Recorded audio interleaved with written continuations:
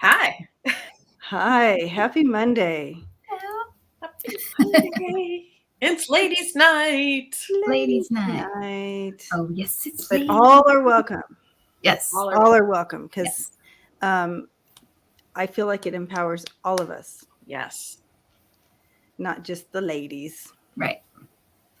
Empowering. So how is everybody this wonderful Monday? It's so good to be back. I can't tell you. I feel like I've been gone for like a year.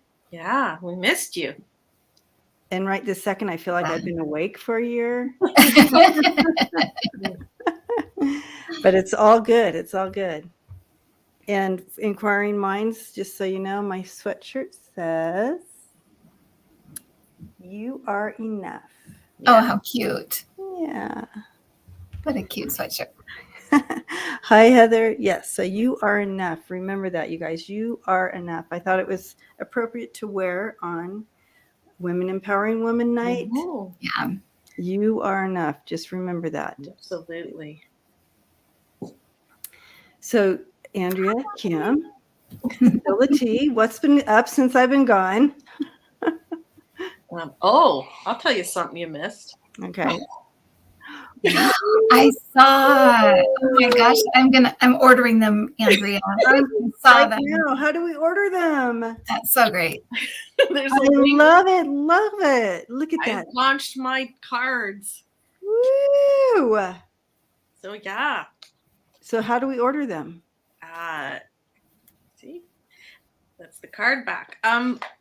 Beautiful. I love it. There's a site called Game Crafter, and I have a link that I can put below in this chat. It's also on my site. I'm pretty excited, guys.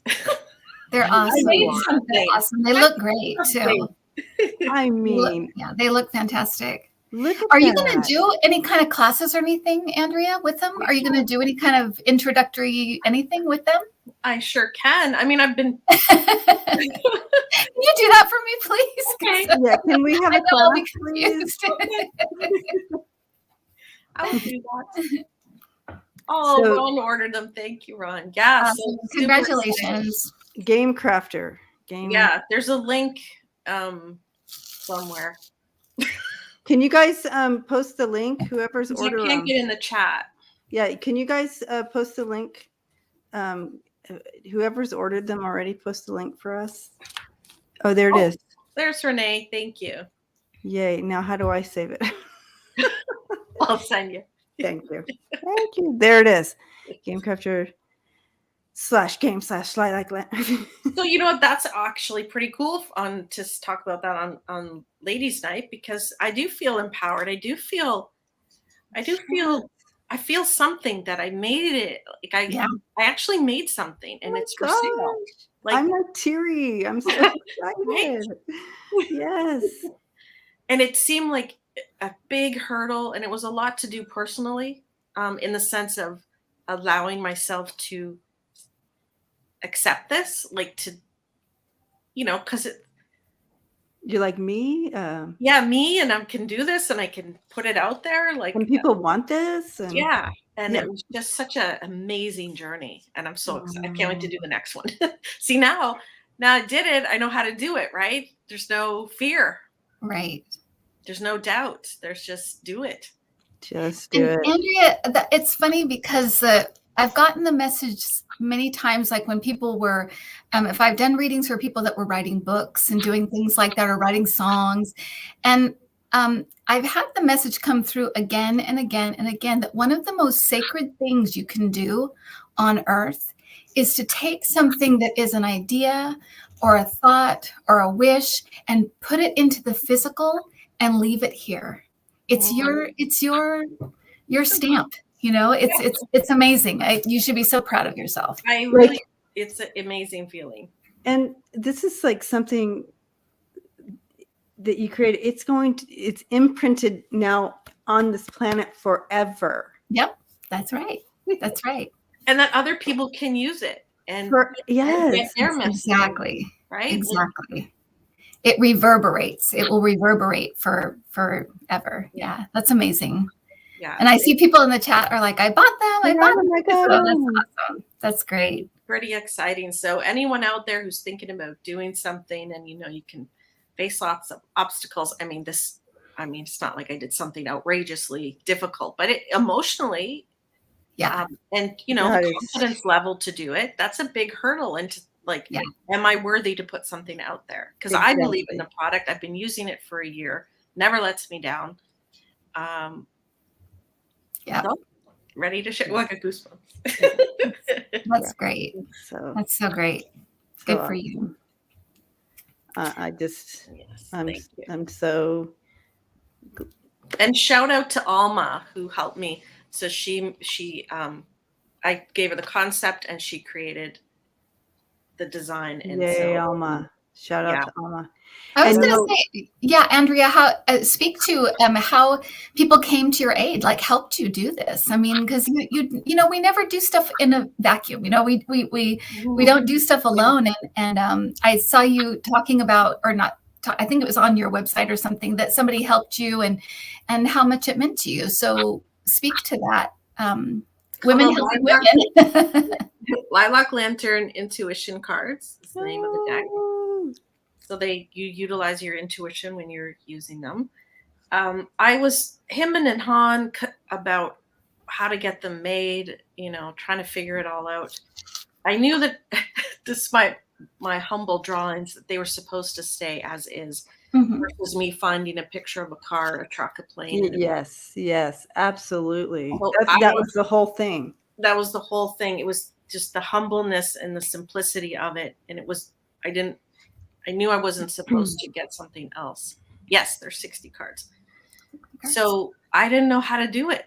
I didn't know how to make this, because if I take a picture of it, it's kind of, it's been used, so it's kind of dirty, whatever. But so Nancy Jean introduced me to Alma. So there's a nice little spiritual connection. Yeah. Alma has also helped design Nancy Jean's Oracle Garden.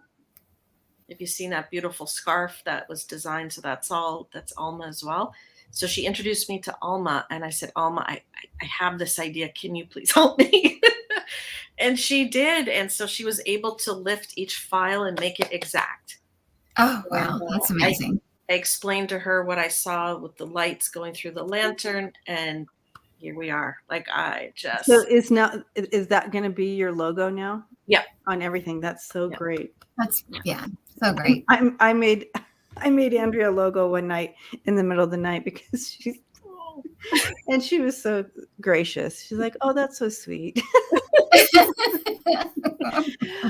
Just because, not for her deck, but for her to have on on her screen instead of the little duckies. And I just think it's beautiful. It's striking. And that's so perfect. That is just exactly. So it's your third eye, it's the purple. The pink is your crown chakra, right? And then the white is this white is the way higher chakra. So all of this knowledge going around, coming through me. I guess I'm the lantern, right? And then out. And then now you guys could be a lantern. And you use it. Great. That's beautiful. Yay. For you. Be a lantern. And can I tell you something that I'm going to do next weekend? Or I'm doing something next weekend.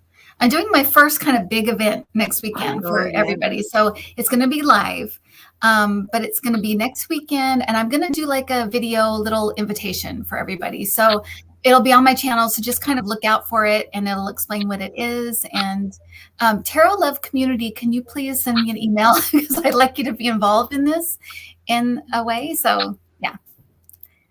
That's it. Awesome. Yeah, Look out for that. And I can just say that I'm really excited about this event. It's very close to my heart, very close to my heart, and so super excited that you have been called to do this. So it was definitely an inspired idea, and so I hope that people will take part in it. Yes, and I'm excited to be a part of it with you. So that'll be awesome. Yay, coming together. So you're doing your retreat. You just went on a massive retreat. We're moving and grooving, guys. We're making it happen. Making it happen. And I have to hand it to our Women Empower Women Night.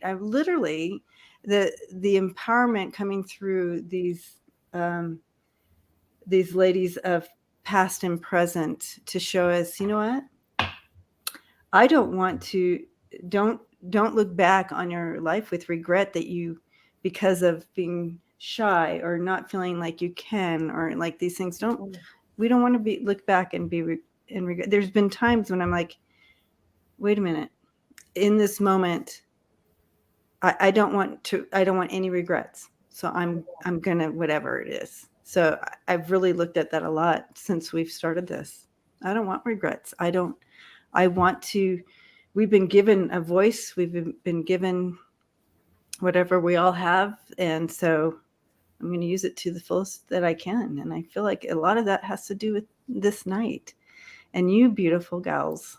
You too. Yes, too. indeed. Right back at you. Yeah. We're hearing wonderful, incredible stories and lessons learned. And that's why they're sharing it with us, so we can learn and don't have to go through those things, right? Exactly. Get ahead of the game. Yeah. Yep. So tonight we again have three amazing ladies that we hope will come through with us today. And is mine first? Is that right, Christine? I think alphabetically it's me, but please. Oh, okay, yeah, no, we'll please do you. And so go ahead. I'm handing it off to Andrea. Lilac Lantern. Thank you. Oh, randomly found this person today while searching for a woman to read on. Charlotte Cooper. She married, her last name became Cooper Sterry. So Charlotte Cooper Sterry. Born in, actually, this was her birthday week, September 22nd, 1870. She was a tennis player. She was born in England. That's right. Charlotte Cooper Sterry, Sterry. So born in 1870. She was extremely gifted athlete. Can you imagine in those days, you don't really think of a woman athlete way back then. She had to play tennis in a full gown, right down to her ankles and to her wrists. I probably spelled that wrong. Can you imagine moving in that? I can barely get to the ball. Right. And her hair all pinned up on top in like a big, how it would have been in the Victorian era, right? The full Victorian dress to play tennis, to play a sport. Did I spell that wrong? I'm sure I did. I think it's one L. One L? CHARLOTTE.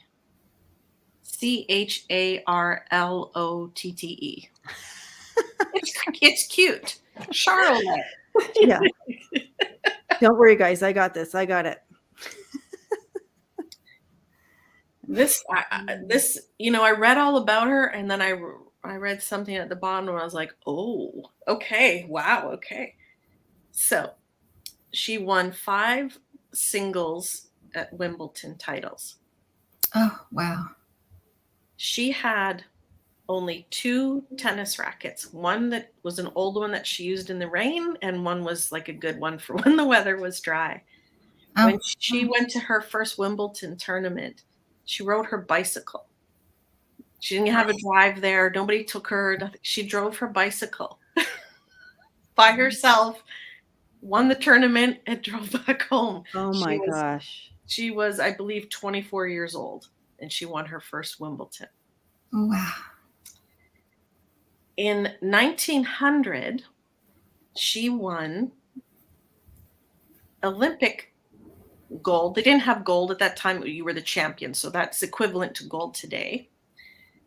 In 1900, she was the first female individual to win Olympic gold, to become an Olympic champion. She was also the first female to win a tennis championship in the Olympics. So now the reason she was the first is because guess what? In 1900, that was the first year women could play in the Olympics. They could compete. Oh, interesting. I did not know. Wow. Interesting. So she became the first female and the first tennis champion. She went on to play many more tournaments, won many more games all over the place, singles, doubles, mixed doubles, all of that kind of stuff. In 1908, at the age of 37, after a 7-year hiatus, she won for the last time. So she is on record as the oldest winner of a Wimbledon to this day. She also held a record for a very long time, 8 finals. So winning 8 finals. And that was only broken in 1990, 90 years later, when she, almost more than 90 years later, by Martina Navratilova. She won. Oh, wow. So her 8 stood for that long. Wow. She was married in 1901 and she had 2 kids. She's in the tennis Hall of Fame, obviously. She was very tall, slender, and elegant. And they said that was very deceptive because she was such a powerful athlete. They didn't expect it from this very tall, sort of elegant lady in a full dress.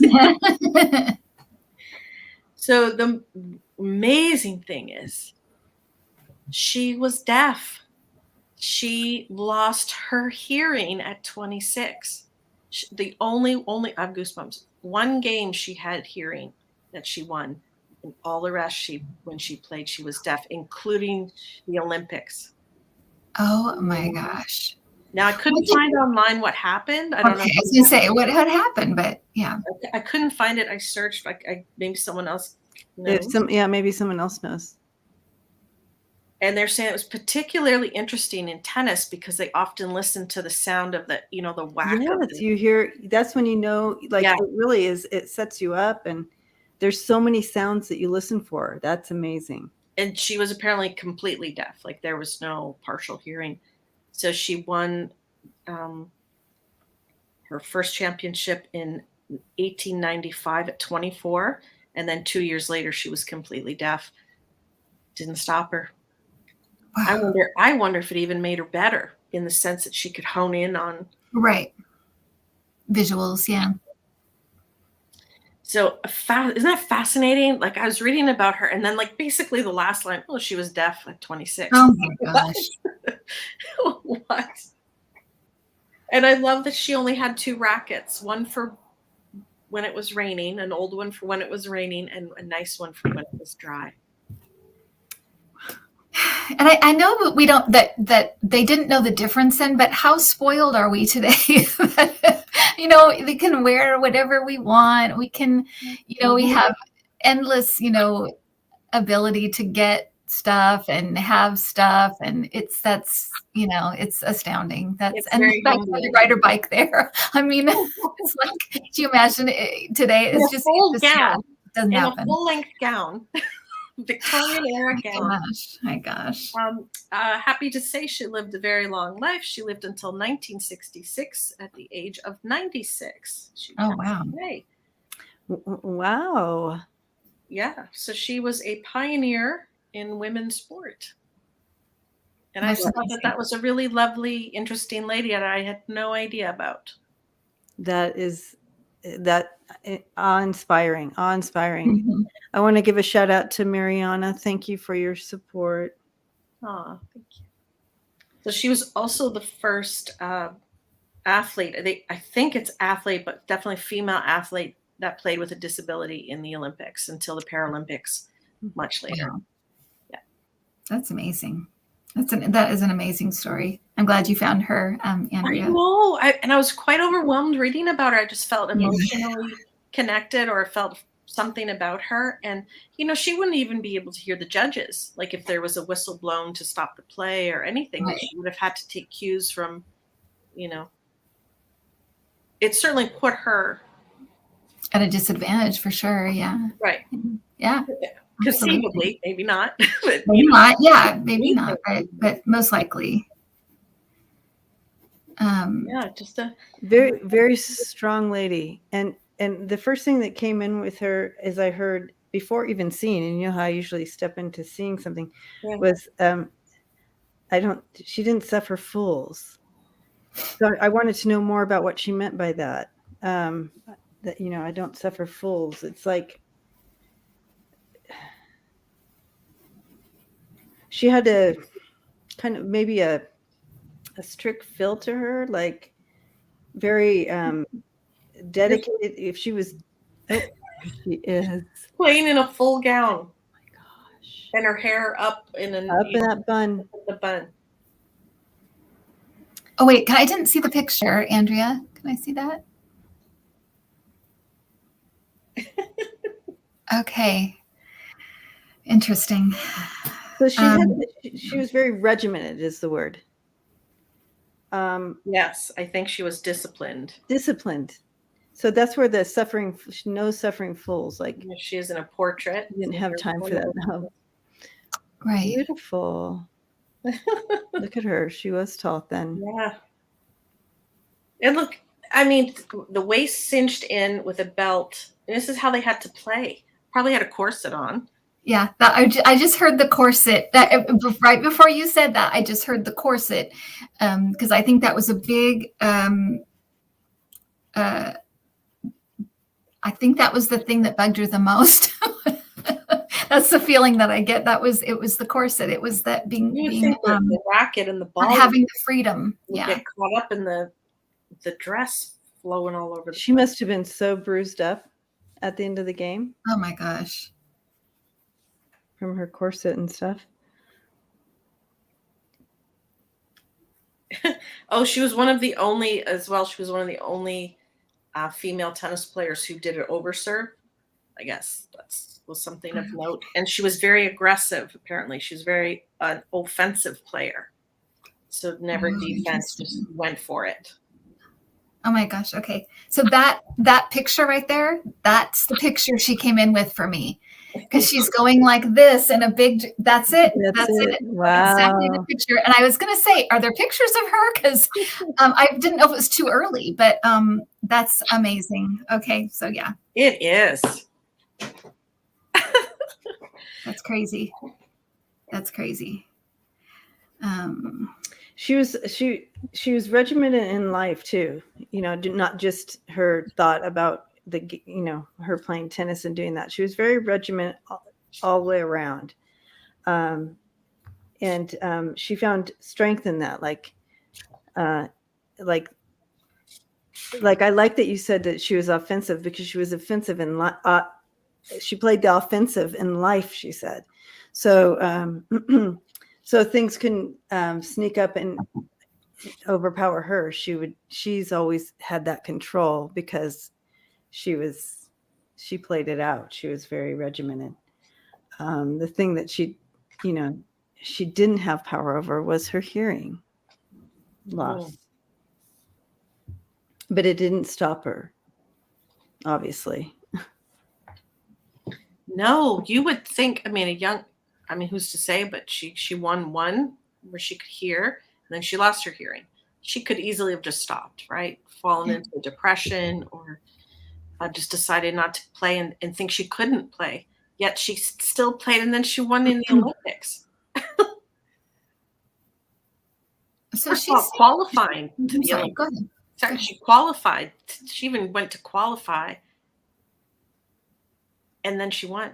Never mind. That's awesome. That's crazy.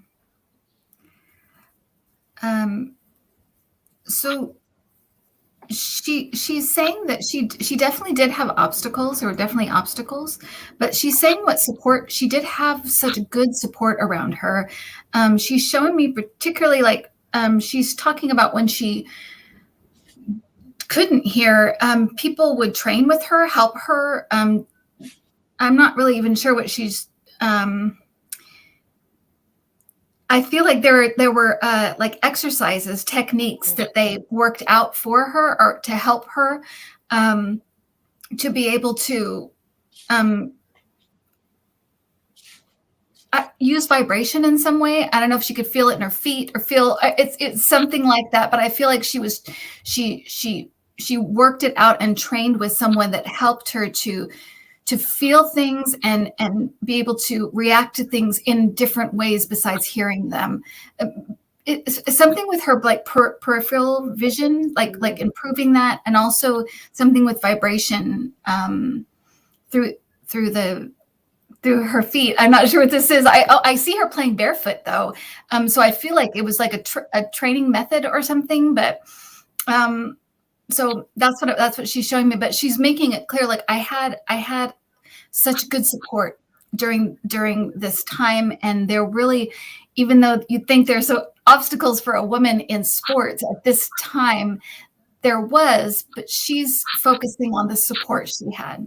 A lot of good support. Yeah.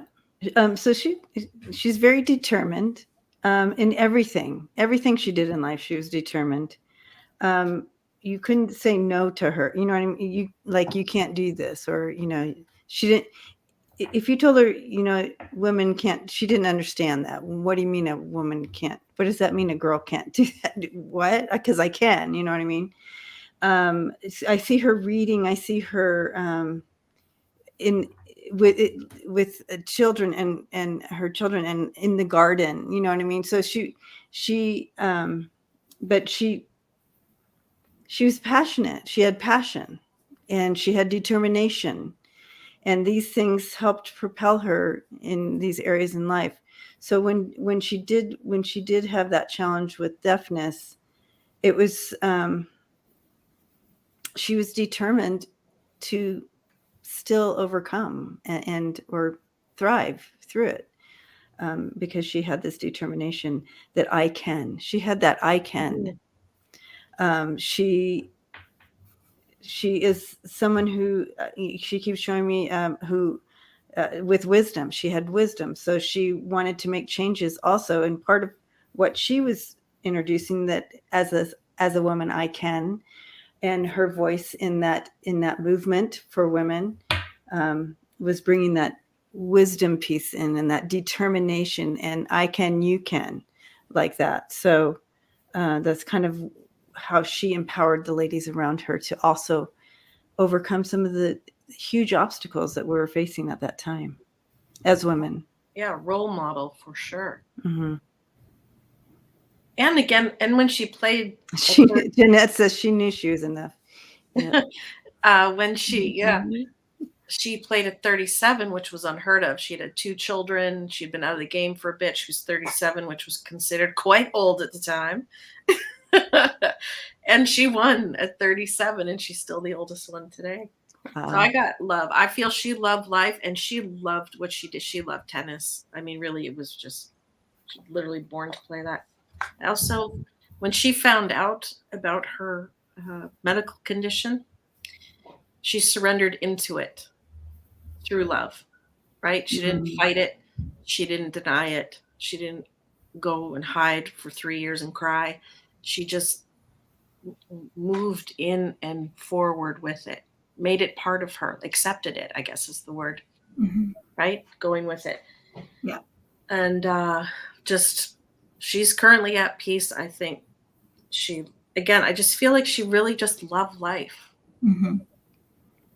A lot of peace with, home life. She loved her children. Really, I just feel like that's her, just surrendering right to it. It kind of looks like her. It does. I know. I'm looking at it. That looks like her. Mm-hmm. And trust. I think she trusted her gifts, her talent, her game. She knew tennis inside and out. She, never mind here, and you could have probably covered her eyes and she could still play. Right? She could just sense it, like you were saying, Kim. Yeah, absolutely. That's amazing. Isn't she an interesting lady? Yes. Very. And to think, how many have you ever heard about the first woman to win in the Olympics? Wow. Wow. Yeah. I'm back, Chris. I'm back. And she loved to compete too. She's making me feel like she really liked the very competitive and loved the competition. Yeah. it brought something out in her that she really, really enjoyed. It must be the masculine, that kind of just like that, whatever that is. And I don't think that women were able to express it in certain ways back then. So it just feels like that's where she could really express that part of herself, was in the court. It went during competitions. She loved it. Yeah. I'm still trying to think of playing tennis in a full gown. And of course it's like in the summer. I know, that's unbelievable. Talk about putting you at a disadvantage. I mean, yeah, I know. I feel like she's kind of laughing at us for laughing that was hard. She's like, that wasn't what was hard in our lifetime. In my lifetime, that was off. That was a bit of a challenge. But she said, "You want to know hard?" Yeah. There were so many other things that since it's about women, that women had to face at that time than that. But she laughs at about that. That we're like think that that's so awful. We're wimps. We're wimps. Okay. Yeah. Yeah. Well, good. That was a great pick, Andrea. Yeah. Really good. And thank you for coming in. Yeah. It was important for us to know about that, because we talk a lot. I don't know. Have we read on an athlete before? A woman athlete? I don't think so. So. Yeah, that was a great pick. So, it's important for us to acknowledge women from every sort of angle, whether it's science or athleticism, all of the different angles, and celebrate that. Yeah. Especially right now. I mean, we just went through the Olympics, right? So that's perfect. All right. So I feel like everyone has a conversation piece tomorrow. Yes. Do you know who the first woman? Exactly. I know who the first woman. Yeah. Yeah. So thank you, Charlotte, for coming on. Okay. So our next pick that I picked is Christine de Pizan. And I don't know if I spelled her. I mean, I know I spelled her name right. I don't know if I'm saying it correctly. Okay, let me get back here. So, Christine de Pizan. Am I saying it right? Is it P-I-Z? Oh, it's P-I-Z. Sorry, I did spell it wrong. Boo. Hold on. So as you can see, she was born in 1364 and her death date was around 1430. So this was the Middle Ages, right? Oops. Right? Yep. Yeah, Middle Ages. So Pizan. Fix that.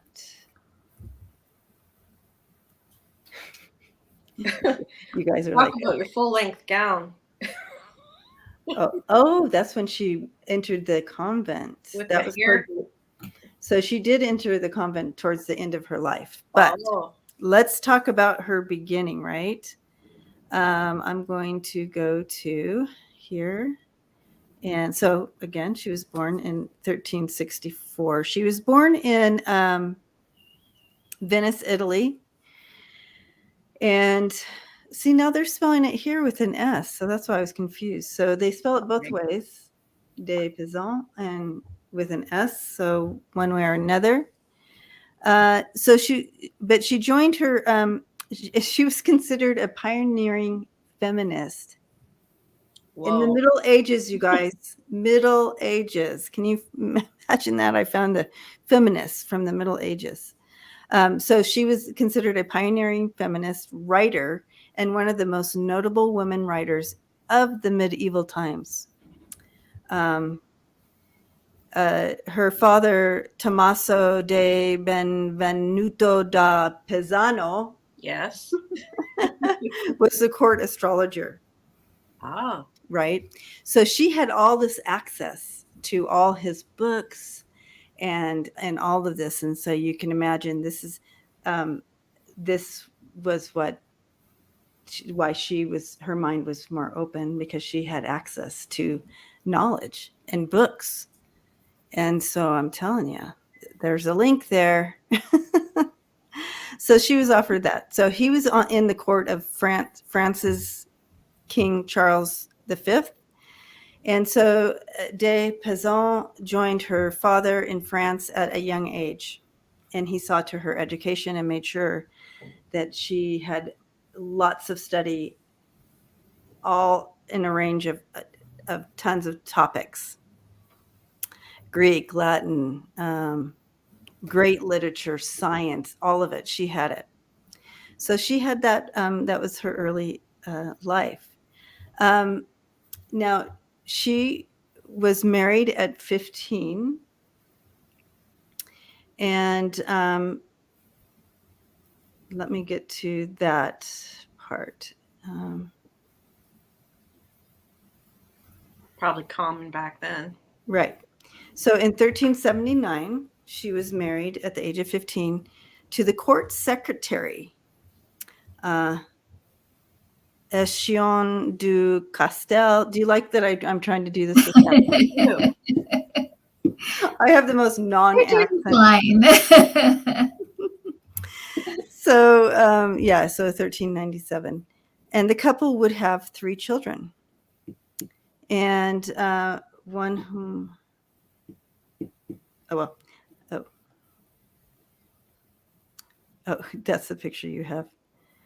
Okay, so her... Okay. I don't know what happened to the one, because it went away when I pushed on. I'm like, oh, one that what? Okay, well, anyway, so she had 3 children. But she was widowed when her husband died of the plague in 1389. Oh. Yeah, leaving her with the 3 children and caring for her mother and niece. So wow. She went through quite a time of... She was very, very poor, very poor. So, but she wasn't going to allow that to get her down. And she was determined to make her living through writing. So that's when she started writing her poems. She's famous for her poems, her poetry. And in 1420, okay. So she's penned a lot of things that actually survived the Middle Ages, which is amazing. She did a book of the Body Politic, in which she discussed education of princes, including how warfare and all that plays out. I mean, she changed history, you guys. And the fact that she was allowed to have something printed under a woman. That's what I can't believe. I was shocked when I was reading about her today. Yeah. I didn't think women would be allowed to write and be like, she was quite famous even in her day. She was famous. She was famous. And one of her last major works was Le Lavire de la Paul. Yes. The Book of Peace. The Book of Peace. And a series, it was on a series of governing advice for the heir to King Charles VI. So it was like trying to lead him towards how to make peace. So she really had an influence there. So huge. The book of City of Ladies, The City of Ladies, is a sequel of The Treasure of the City of Ladies. So anyway, she has all these amazing books that she wrote. And poetry. In 1429, she penned the work to praise Joan of Arc. This proved to be her final contribution to literature. At that point, she had already, because of war and all that, she had to go and I feel like France was overtaken at that time. she had to go and she joined the convent, and that's that picture you see her Right. in the, and that her last contribution at that time when she penned that thing for Joan of Arc. So she has that connection too. And then she died a year later after that. Oh, wow. Yeah. So, okay. Talk about overcoming. I'm just stunned that a woman was allowed to be acknowledged in public that she wrote and that her work was celebrated in high circles. Yes. And she wrote about love too, I think. Love, yep. Like romance and love. She's showing me a couple of things. One is she's showing me a book that's under glass.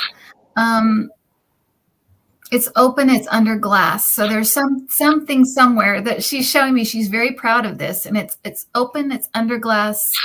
I feel like it's got to be like a museum or something, but she's very proud of it.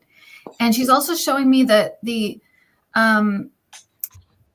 she's saying the pen, but she's showing me a very involved process with the pen that she loved. And it would take forever to write anything. It would take forever. But it was a very involved, you had to get, like, she's showing me, like, you had to get this thing, and you had to put things together, and then it would take forever, and it would dry, and you'd have to start over. So she's just showing me that it was a very, very technical and involved process, but she loved it. The whole act of it, she just absolutely loved. It feels almost like a ritual. It was ritualistic for her to do the right, to write, with all of the things you had to set up and do. Yeah, like the just be able to put it on paper. Yeah.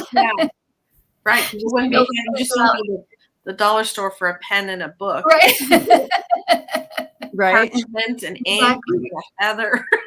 But she's saying it was beautiful. It was a beautiful process. It was so beautiful. And when you did it right and it worked out and you did it, it was so satisfying in a way that we may not may not understand today. Not even understand. Yeah. Mm-hmm. Just like, now we're kind of losing handwriting. They're taking that out of the schools for some reason. Right.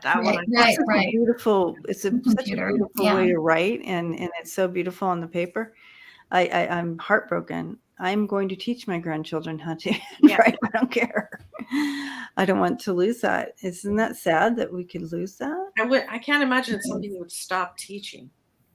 I know. It's crazy. I'm old. Thank you. Thank you, Nora. Nora. Yeah, so basically everything you just said, so creation, and I feel like that's the pen, this creative part of her holding. So creation, passion, and abundance.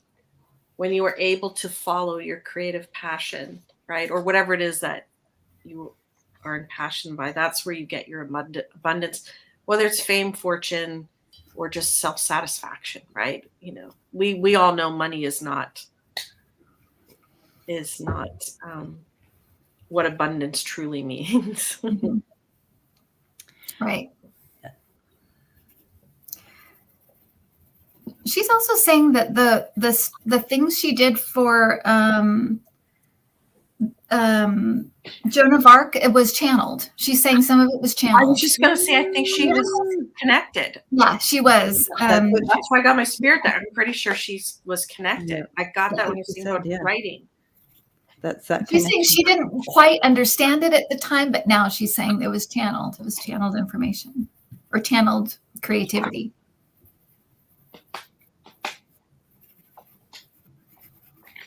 Oh, a lot of her works, it seems there is some kind of channel, but yeah,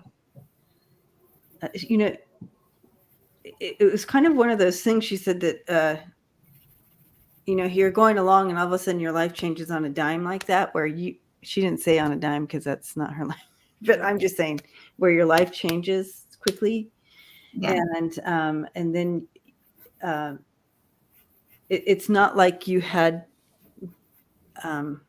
she didn't have that backup. She didn't have that uncle or whatever that family name, whatever it was. She didn't have that backup to support. So all of a sudden, where she was, now you're in the squalor, right? And you're responsible for 4 children and your mom, because her kids, and then her niece, and then her mom. And so what she knew was writing. She had all this wisdom, she had this knowledge, and so that's how she was pushed into that. But when she looked back, she was grateful for that push. Sometimes adversity opens the doors, right? And I feel like a lot of us here, a lot of us in the family, when I go like this, I'm looking at the chat. So I'm looking at all you guys out there when I go like this, because I see, I feel like a lot of us, adversity has pushed us into into some of our zones where we are now, where we're, open those doors that we wouldn't have necessarily gone to if it wasn't for the adversity. Yep. So I feel like we all have a story, and she's kind of pointing that out with that. She said that adversity pushed me, and just like all the adversities that we're pushed in, but then she used that platform. She already had some ins because people already knew her because of her dad, and she was already in the court before. But now that she was anyways, that's what kind of opened that door. She was determined. So smart, you guys, so smart. Yeah, she was definitely connected. So I've got assistance, contact, and knowledge. So she look at that, did get some, it's like,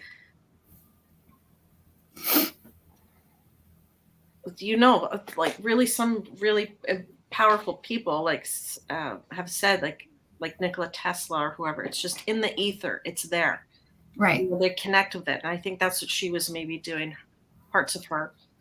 Oh yeah, she followed the stars. She did the star thing. She showed me. Well, her dad was an astrologer, right? Oh, right. Yes. Right. So she's showing me that she knew. Yeah, but not only that, she knew that she was receiving messages too. Writing. Right. It's interesting too, because when we talk about being connected, I mean, now, the veil is much thinner now than it was way back then. But it's interesting because the people that seem like they were connected way back when, like we're talking like Nostradamus and people like that the connection was very strong. It's really interesting because you think about how thick the veil must have been back then. But when they did have it, it was like a lightning bolt, it really came in strong. And so, it's kind of like that. I feel like she was that kind of connected. It was just there. And obviously ran in the family probably because her dad was, clearly had some kind of a pull to that as well. So yeah, very interesting. Yeah. And her dad was progressive, thinking that it was okay that she was schooled. Yeah. Right. And that she would have all this math and science and all that. He obviously didn't listen to what people were saying about women at the time. Right. He was progressive. Yeah.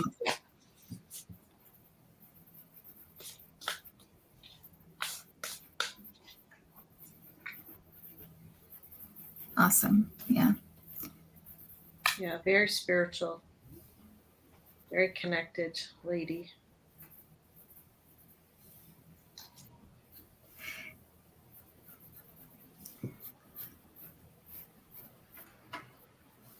I don't think she was easy. She wasn't easily intimidated either.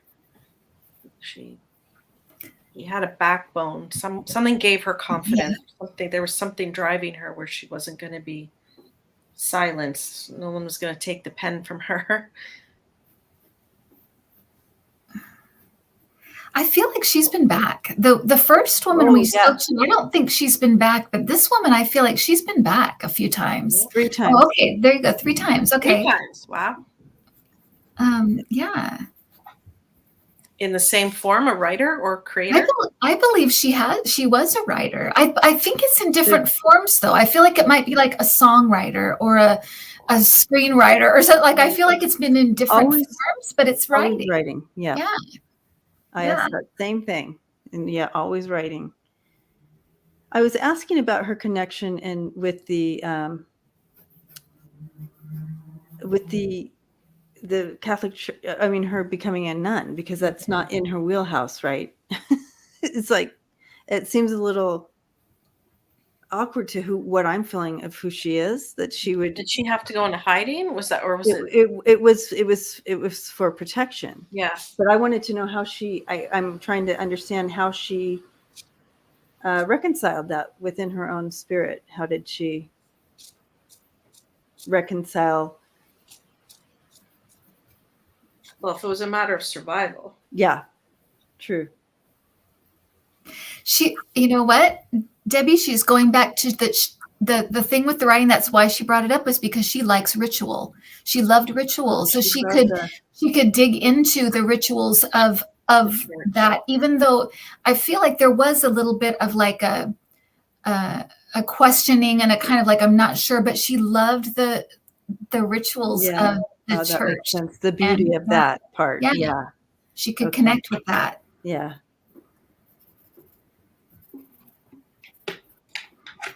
I also see her teaching. I don't know that I didn't see it in anything written, but I see her also teaching the other nuns to read and write themselves. That would be a perfect opportunity for her to educate other women.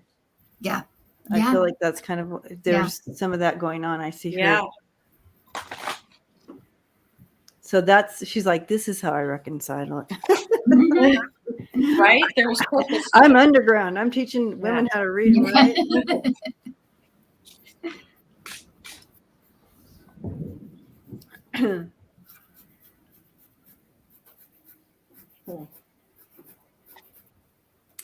She is, you guys, she is such a wonderful human. The kindness that she's exuding from her. There's a wealth and a depth to her. And I don't mean like money wealth. I just mean like knowledge or spirituality. She's very deep like the ocean. Yeah. Yeah, that's it. Deep. And that spirit, she loved God. She loved that connection to God as part of this too, is what she's bringing in here too. Understanding that there's more.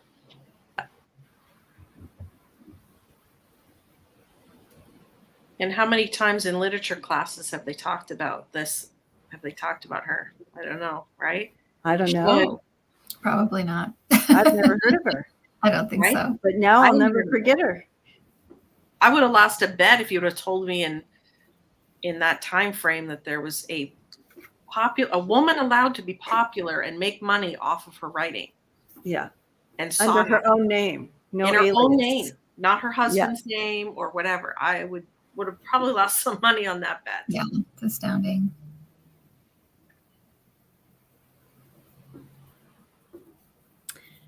I wouldn't be surprised. I don't know if she's still moving energy here on Earth, she says. So I feel like I wonder if she's here now in one of her times, because she said 3, but she's showing me the Earth and she's in it moving energy right now. So I don't know what that means, but still moving that energy, still making it move here. Interesting. Be interesting to find her books translated online, hopefully, if they're written in Italian. I'm sure by now, I would hope. Yeah. It's been how many years? 1,500 years. Well, can you imagine? It's been 1,500 years, you guys. Think about that. 1,500 years ago. Okay. It's unbelievable. Gosh. Thank you, Christine. Yes, thank you. De Pezon. Thank you for coming in. You tickle. She loved her husband too, which is different, I think. But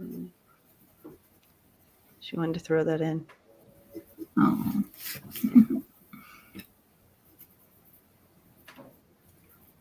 Denise is in the house. Spiritual Growth Tarot.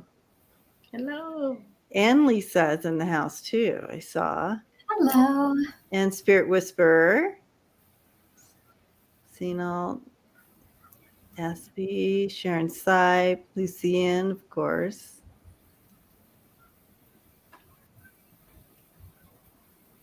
Tarot Love Community, thank you so much. Ron, Unconditional Love. Missing all you guys. Dawn, Chris, Marvita, Rochelle. Rochelle, how you doing? Connie Brown. Connie Brown. How's your daughter? Connie's in the house. Mm-hmm. Michelle, Christina. It's good to see you all. Melissa. Sister of 6. That seems chaos. Can you imagine when they were all little? I was one of 6 too, so it's all good. Ripe Color in the house.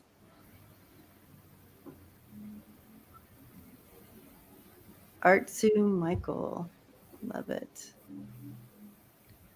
Spirit Whisperer Burnt Roots was amazing, and I'll take some time when I get on tomorrow and talk about it. All right. So let us move on to our next beautiful character. Thank you, Carmela. She wasn't a character. She was an amazing person. Yes. So, and I promise I don't attempt to always be third. It seems like I always am. But this person has a middle of the road alphabet name, so That's I thought right. for sure I'd be second or okay. So I picked Karen Carpenter, the singer, the pop singer. And if you grew up, I was a kid in the 70s. I think you guys were kids around that time. And the Carpenters were huge. They were huge. And you forget in the early 70s, at least in the United States, Right. Andrea, sorry. And thank you, Carmela. Thank you, Carmela. Blessings. Sorry, missed that one. Thank you. The Carpenters were huge. They were everywhere. And so Karen Carpenter was born in 1950. She had a very short life. She passed away at 32. Oh, young. Yeah, very young. I was thinking she was 40, but I guess she was older. Only 32. Yeah. She was known for her 3-octave contralto range. So she had a low voice, but she had that low voice. I know, she's beautiful, beautiful, just a beautiful ballad singer. I always think of her as singing beautiful ballads. She had such a melancholy, swoony, kind of beautiful voice. But anyway, the band, the Carpenters, it was with her brother, Richard, and he wrote the songs, produced the songs. And I always remember that, I don't know what show it was on. It was probably like Sonny and Cher or something. And I was probably about 5 years old, probably. But I saw the Carpenters on TV and she was playing the drums and singing. Oh, and I thought that was the coolest thing I had ever seen, ever. I was just like, if you guys have not seen her drumming, please get on and find her drumming. It's so cool. Epic. It is. Yeah, it's amazing. so great. And she's got like a long gunny sack dress on her and she's like playing the drums. It's great. I mean. So he wrote, and so they signed their first contract with Annie Records. I think it was Annie, when she was only 19 years old. Oh my gosh, Mimi saw them in person. Oh, how awesome! So they had hit after hit after hit after hit. I mean, honestly, they have so many hits. And then in the mid 70s, her brother developed a Quaalude addiction, which I didn't realize. And they had to cancel a bunch of dates during the tour, and they ended up stopping touring altogether in 1978.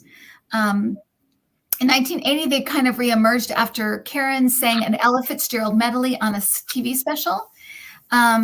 And they recorded their last album in 1981 and had a few tour dates. By then, now she passed away from anorexia nervosa, and she's the first celebrity I can remember that passed away from that. I knew, we started hearing about it in the late 70s, early 80s, I guess, kind of. It was it was definitely a 70s. And yeah. And so she passed away, in 1983. So it was still quite new. And she passed away from heart failure, from complications, from anorexia. If you see pictures of her on that last tour, she's incredibly thin. She looks very, very fragile. And she really developed it in high school. So she had it all of those years, all the years that they were singing and touring, and she was struggling with this. And she was married, but for only a year. She was married from 1980 to 81. And she never had, she didn't have any children. But she's one of these people who I always admired, loved, thought was so incredibly talented, seemed to have everything. She was beautiful and smart and had this beautiful voice and a career, and yet was taken down by this disease that is a lot of time plagues people that are perfectionists. And I think a lot of women can relate to the need to feel like you have to be perfect in whether it's one thing or many things or all the time, whatever. I think every woman can kind of relate to that part of her story and that pressure that she must have felt being in the public eye. She was voted one of Rolling Stone's 100 greatest singers of all time. And she definitely is. And of course they have, I'm sure they had a million gold records. I didn't go into all of that stuff because I just wanted to focus on her as a person. But what an amazing, amazing woman. And have you ever covered any of her songs? I haven't, because I'm a high soprano and she's an alto. And so it just never fit my range, really. But I have a very good friend who was in a Carpenter's tribute band, and she was the lead singer of the Carpenter's tribute band. And but she sounded just like her. But that was the closest I ever got to hearing what she may have been like, in person. Because I would imagine she was probably pretty amazing, pretty powerful. Yeah. I loved her because it's like she's easy to sing along with for people who can't reach or alto range. Well, she's my favorite. It's interesting because Andrea said she was going to pick her too, and so she definitely wants to talk. I feel like she definitely wants to say something to us. So it'll be interesting what comes through with her. So Chris Martin says a voice from heaven. I agree. It's just like an angel singing. Just perfection. Her voice is perfection. Another thing I love seeing is everybody was writing songs that they love, and there's just so many songs that everybody's writing down, and it just first of all, she loves seeing that. She's connecting with all y'all, and she loves that you love her songs, and that it's still she basically changed the globe in just such a short time, 32 years, and we still play her music. We still listen. We are still moved. Her music is 40 years later, isn't it? And she's still, it's like when her voice starts, the whole room just stops. And where you'll see other people, happen to other people, they'll just be like, right? Because it's so incredible. Very, very much that source. Like her voice was. And different for today. We think of today's singers, there's always like, her voice was so subtle and smooth and soft. It wasn't a loud powerhouse, Whitney Houston. It wasn't like that kind of singing that's so popular today. It was so subtle. And you don't get that often anymore. You don't get subtle very much anymore. You kind of get in your face a lot, but you don't get subtle a lot. And she was, that's one thing I love about her music and her voice. So the first thing she's showing me is the carpet and a lot of things that had been shoved in under the carpet, her growing up, like lots of stuff under the carpet. And those were the times when you didn't necessarily talk about things like that. And counseling is not an issue, is not an option because our family doesn't do that, like that type of feel to it that she's bringing in here. You don't go to counseling. Our family doesn't do that. We don't need it.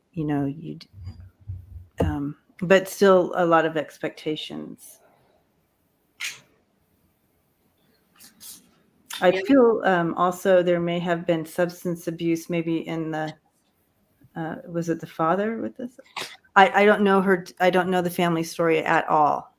So I'm not sure where there's some type of a feeling. I don't think the parents, I just asked how she got along with her mother. I don't think the marriage was that good. So we have the marriage, coffin, and house. So just perhaps cold and distant. Oh, there you go. Maybe that too. Not a place where she could talk. Yeah. Grief. Yeah. A lot of like that under the carpet thing, like grief, sorrow, small child. So there was not, I don't think she had a happy childhood. I don't feel that. And with the brother on a drug addiction as well. So the two of them coped in different ways or self-medicated in different ways. That would indicate to me that, they both. They love, I feel like they supported one another. Like I was just going to say, she adored her brother. That's one thing that comes through. She really did. And they were each other's saving grace. He was a bit older than her. When I was reading about her today, I was thinking of Billie Eilish, the young girl singer, and her brother works with her, and he's a couple of years older than her, and obviously they put out a lot of records. I don't know why that came into my head, but I don't know if she's come back or Billie Eilish. She's like no. But the bond between a brother and sister is very unique, and I bet they were quite close. And I think if there's unpleasantness in the home, they would have been each other's safety zone or anchor, something like that. She's also talking about how much he tried to save her, how much he tried to help her. He really tried. He was heartbroken. She wishes. I want to talk to her, but she wishes she could have made it for him because she really, life was hard for her. It was a struggle. It really was. She was a very sensitive soul. She's saying the world was harsh for her. It was very hard for her to walk through this life. Everything really, she took everything to heart. Everything hurt. Everything, she could feel everything. Empath. Yeah. Yes, exactly. Very much so. But she's saying her brother, she wishes she could have kept going and made it just for him because he really, really tried to save her and help her. She's very sorry. She feels like she let him down, but she's very sorry about that. She's showing me there was nothing that he could do. He was like trying to support and trying to control the situation, help her feel like she had a foundation.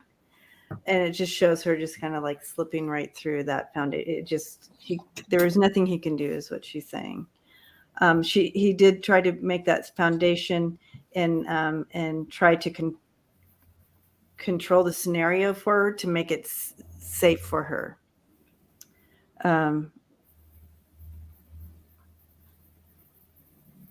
Sometimes she said sometimes that wasn't very helpful, but but she's so thankful for his love and support, and she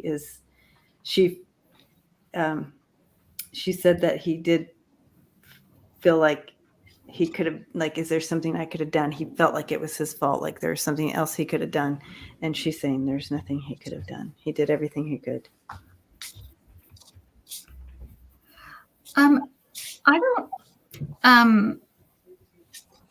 I don't remember a lot about her actual death, and I don't know how much was reported, but she's showing me collapse and her mother finding her. Does anyone know if that's what happened? Because she was at her She was at her parents' house when it happened. Oh, Okay. For whatever, I don't know, I read that today. For whatever reason, she was You at her, did? You did read that, Andrea? Yeah, Oh, she was at her gosh. parents' Okay. house, when she collapsed. Her heart basically gave out. And she had been taking for years, apparently, like whatever that stuff, like X-Lax and all those sorts of things that make you go Like that laxatives. way, and stuff to make you throw up as well, right? So she probably punished herself when she ate. Right. Right. She's showing me also pictures of like other singers, other people, and like comparing, like, I'm not pretty like her, I'm not skinny like her, I'm not this, I'm not that. A lot of comparing, and you know, that's not a good thing. Don't, if you're out there, women, don't compare yourself to anyone, because it's never a good thing. It's not, you're not supposed to be anyone else, or you're supposed to be you. But she's showing me that, like, that was a trigger, I guess, to make her always to go back to, like, I need to work on myself more, because I'm not this and I'm not that, and I need to fix me. It's very intense, though. She had a real intensity about her, and a real the self-loathing was real. I mean, it was real, that I can, you know, and she's making the point that self-love is so key and so important, and there is nothing that can replace that. Nothing. She's like, find it, somehow find it, because that is key. If you don't have that, you don't have anything. she's telling me also that it's similar to an addiction. So if you start feeling too much, you know, you know, you nailed it on the empath and her feeling. So when it became too much, when a feeling would come on and she couldn't control it somehow, just like if you were an addict of some sort, to cover that feeling, you know, if you were going to drink or whatever, that's when she would resort to throwing up or doing the lax, whatever she would do. That it was something she could control. It was something she could control, and it would take that emotion away. Right. It's kind of like cutters too, right? So cutters do that too, to take away the pain, the emotion they cut. So it's similar to that, she's saying. So I asked her what advice she would have for young, or any woman today, any female or person, I suppose. Take control of your own narrative. Don't let, I think that's how she felt. Like she was controlled by her thoughts or comparisons to other people. Like, I feel like, I don't know if it was her mother. I feel someone was very critical of her in the house. It was her mother. She's absolutely saying it's her mother. Yeah. That's what, just like like picking at her all the time about everything, which made her, you know, insecure. Like your hair's a mess, or your face, whatever it was, right? So don't let someone else control your narrative. Don't let someone else say what you are, or what you look like, or what you should be. You know you. And that outside stuff is a false narrative. Now that's easy to say and not always so easy to break, right? You've got to work at it. But I do feel she was, I think, it's her mother. Yeah. I feel very connected to her. There's something about her energy that I'm really like, I feel very emotional. She feels like a sister or connected something. to her. Yeah. She is connected to you, because I asked you if you covered for her, because of she's looking at you like she's connected to you, Kim. That's why I'm like, oh, have you sang one of her covers? Because she's very connected to you for some reason. I feel it. Yeah, I feel it. She wants to advocate for mental health. She said the system was horrible back then. it's always been kind of hard. But in the 70s, you know, it just wasn't quite there yet. It was getting there. It was becoming, but it still wasn't like any help that she got. She wants to advocate for, you know, how we do breast cancer walks. She's showing mental health walks, raising money for mental health awareness and treatment, you know, getting better treatments in. That money needs to go to that too. This is like a serious illness too. You know, not just anorexia and bulimia or that, but mental health in general. It needs. She's connecting to the Me Too movement as well. So I'm wondering if something happened that was is that arena, because she's connecting to that as well. And so thank you, Constance. Blessings to you. Do you think that is that connection to her dad? Because that could be something that was swept under the carpet because she got her dad in right at the beginning. Maybe something shady with him. Yeah, I don't like the house feeling. Yeah. Well, that very well could be, and that could be. Or also, you're thinking in the business. You think? I'm thinking in the business, but I mean, that's at least where I'm kind of pulled to, is kind of like, and just the attitude, the looking down upon, the touching you when I feel like it, you know, those kind of things that just make you feel it's demeaning, you know, and puts you in a very powerless position. And I think that is part of it as well. But you're right. I think the household was very dysfunctional. There was definitely inappropriate stuff starting early in her life as well. So there was a perfect storm. You had this mother that was controlling, and her expectations of her were out of whack. And then maybe some shady stuff with the father. Maybe it could be even just remarks. It could change it could really affect you emotionally. At the very least, verbal abuse in the house. Critics, and I think it happened to both the kids because they both ended up trying to self-medicate. Yeah. But I feel like she's still working through this life, actually. Yeah. It feels like she's still very connected because her brother's still here. And I feel like they have a very like karmic or something relationship. There's something about the two of them that is so connected. But I feel like that's why she's still very absorbed here and in this life, because he's still here. He's still you know, alive. Definitely. So she's still kind of glued to this life in a way. I do feel a kind of a heaviness or a sadness still with her. But I also think, you know, like, listen to some of her songs.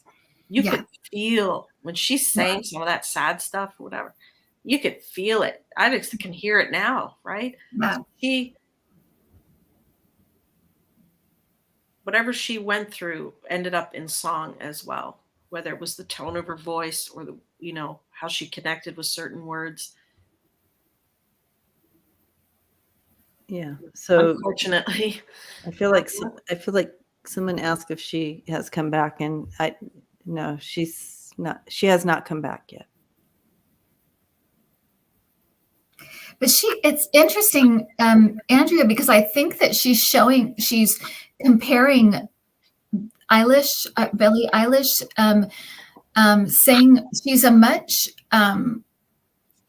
stronger character than she was. She's very, she wishes that's what she was. I think that's what the connection is. She wishes she was that, because she's so much further along with comfortable in her own skin, comfortable with herself.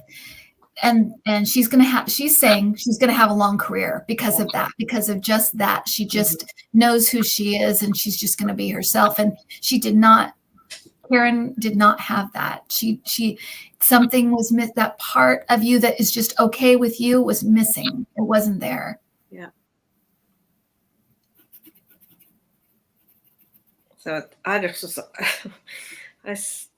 asked her for a message, and so it's amazing what comes. So false confidence, Mm. that sort of, yeah, everything's okay, but in behind, she was very sad, and obviously we know that. And what happened? Stop and hung her upside down. She stopped eating Oh my gosh. to deal with it. I can't believe I see these cards. Oh my God. Wow. And it was to try to mask the pain, but it, Mm. didn't ultimately didn't work. Yeah. I can't believe those. So she's still, I think that's why she wants to come through. She still wants to talk about this. Yeah. Yeah. Now, in what does she feel? It kind of feels she feels a little frustrated that she wasn't able to get the help she could have. So she Yeah, is bringing back to that mental health piece. yeah, So yeah. because she was in the hospital. Yeah.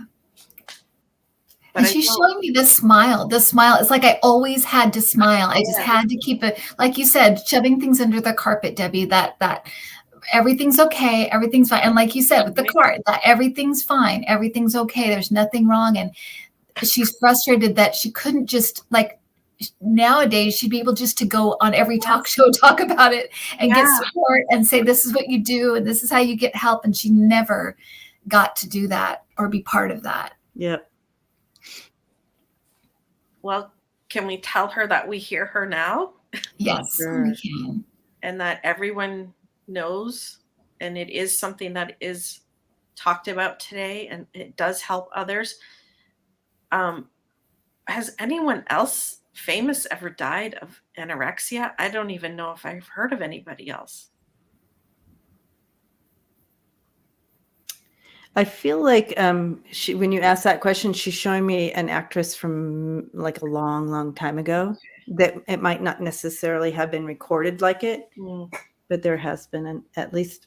Because she certainly made the disease of, body dysmorphia. Now we understand it. Back then they wouldn't have had a word of anorexia for it.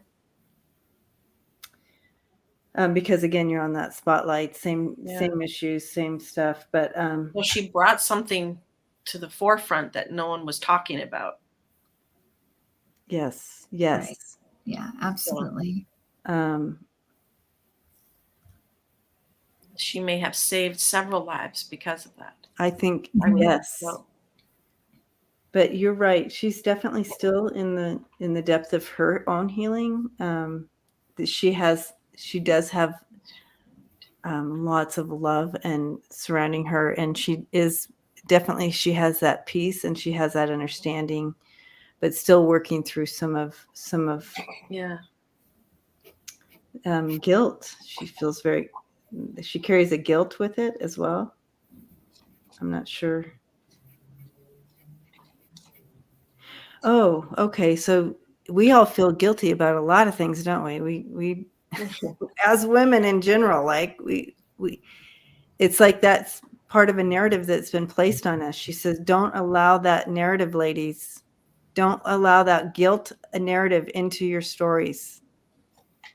She said that started young for her, that guilt. Right. So she said that piece, that's the message she's bringing in over here. Don't make that part of your narrative. If it's part of your narrative, cut it out now. She said that's not yours to hold. Other people have placed that on you. Find out where it's at and cut it out, she says. That will eat at you. She felt guilty for being alive. Yep.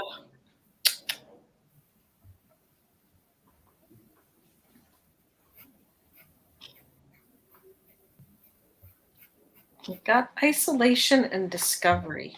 I think she wants the message to come out, because I think this is how she felt isolated in her battle. There wasn't really anyone she could talk to. I know her brother tried to help her, but he wouldn't have had the tools. If anyone feels that isolated in their own issue, make sure you go and get help. Don't be afraid to talk about it. You'll discover there's something you can discover to help you. And clearly, if she was alive today and going through it, that she would have had so many more opportunities to get the help she needed instead of suffering in silence. Right.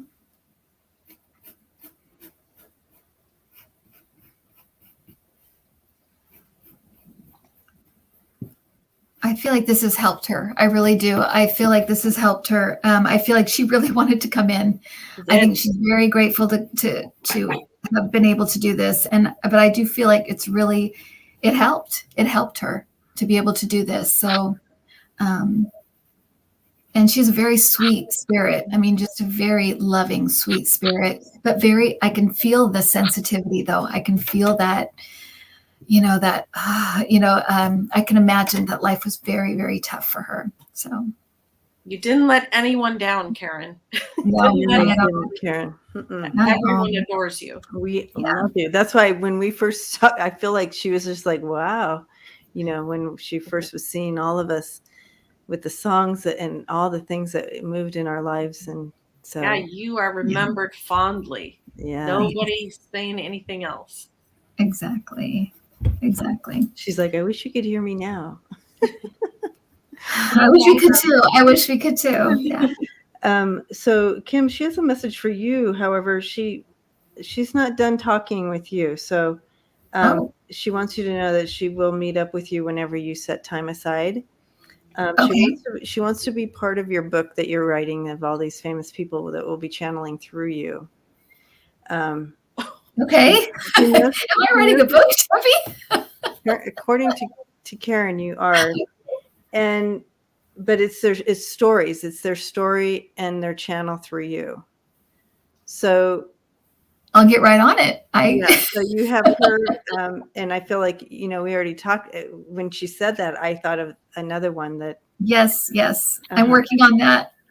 So there's your start, but there's more. She said there's more, but she's a part of that with you. And maybe that's that connection or what she was bringing in at the beginning, because she was like right to you. So I'm like, okay, I'm getting the chills on that. That is why. I am too, Debbie. I'm too.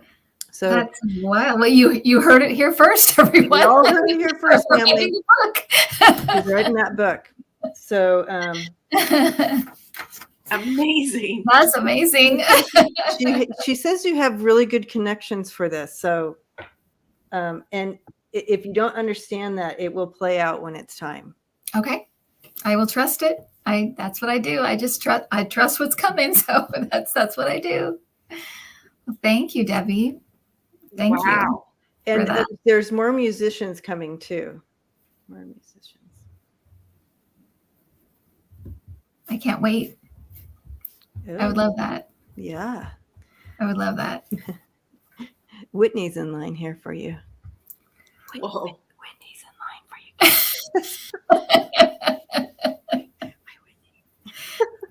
Okay. Is it going to be all women? Because that would be awesome. Yeah. I'm just seeing women here, but that's amazing. That's amazing. Thank you, Debbie. We were here. You were here. You heard it here first. Heard it here first. I heard it here first. You guys definitely heard it here first. So Connie says this was at the 45-minute mark. If you want to come back and listen to the message that came through. Thank you, Connie. Really, thank you. And thank you to Karen Carpenter. Yeah. Yes, Karen. I have her records. She knows that. Debbie says, I have Alexa. Alexa has all her records. Alexa, I have I have the vinyl. Whoa. Oh my gosh. Well, everyone can listen to a Carpenter song tonight. That's not too hard. Sure. Absolutely. Sure. Yeah. Newsflash, you're right. Newsflash. Thank you, Barb. Wow.